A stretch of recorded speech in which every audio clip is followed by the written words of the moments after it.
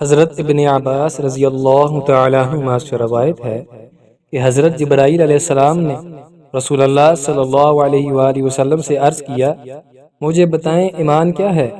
نبی کریم صلی اللہ علیہ وآلہ وسلم نے ارشاد فرمایا، ایمان کی تفصیل یہ ہے کہ تم اللہ تعالی، آخرت کے دن، فرشتوں، اللہ تعالی کی کتابوں اور نبیوں پر ایمان لاؤ، مرنے اور مرنے کے بعد دوبارہ زندہ ہونے پر ایمان لاؤ، جنت، دوزخ، حساب اور اعمال کے ترازو پر ایمان لاؤ، اچھی اور بری تقدیر پر ایمان لاؤ۔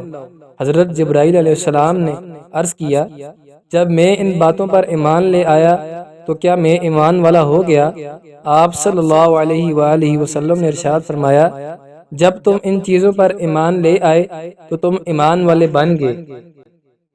حضرت ابو ہریرہ رضی اللہ تعالیٰ عنہ سے روایت ہے کہ نبی کریم صلی اللہ علیہ وآلہ وسلم نے ارشاد فرمایا، ایمان یہ ہے کہ تم اللہ تعالیٰ کو، اس کے فرشتوں کو اور آخرت میں اللہ تعالیٰ سے ملنے کو اور اس کے رسولوں کو حق جانو اور حق مانو، اور مرنے کے بعد دوبارہ اٹھائے جانے کو حق جانو، حق مانو۔ حضرت عبداللہ بن مسعود رضی اللہ تعالیٰ عنہ روایت کرتے ہیں کہ رسول اللہ صلی اللہ علیہ وآلہ وسلم نے ارشاد فرمایا، انسان کے دل میں ایک خیال تو شیطان کی طرف سے آتا ہے اور ایک خیال فرشتے کی طرف سے آتا ہے۔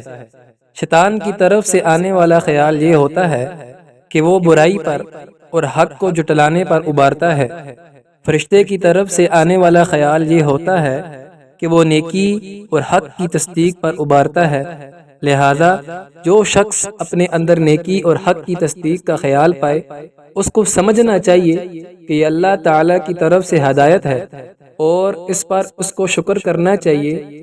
اور جو شخص اپنے اندر دوسری کیفیت یعنی شیطانی خیال پائے تو اس کو چاہیے کہ شیطان مردود سے اللہ تعالیٰ کی پناہ مانگے۔ پھر رسول اللہ صلی اللہ علیہ وآلہ وسلم نے قرآن کریم کی آیت تلاوت فرمائی جس کا ترجمہ یہ ہے، شیطان تم میں فقر سے ڈراتا ہے اور گناہ کے لیے اکساتا ہے۔ اللہ تعالیٰ عمل اور سمجھنے کی توفیق نصیب فرمائیں۔ جزاک اللہ۔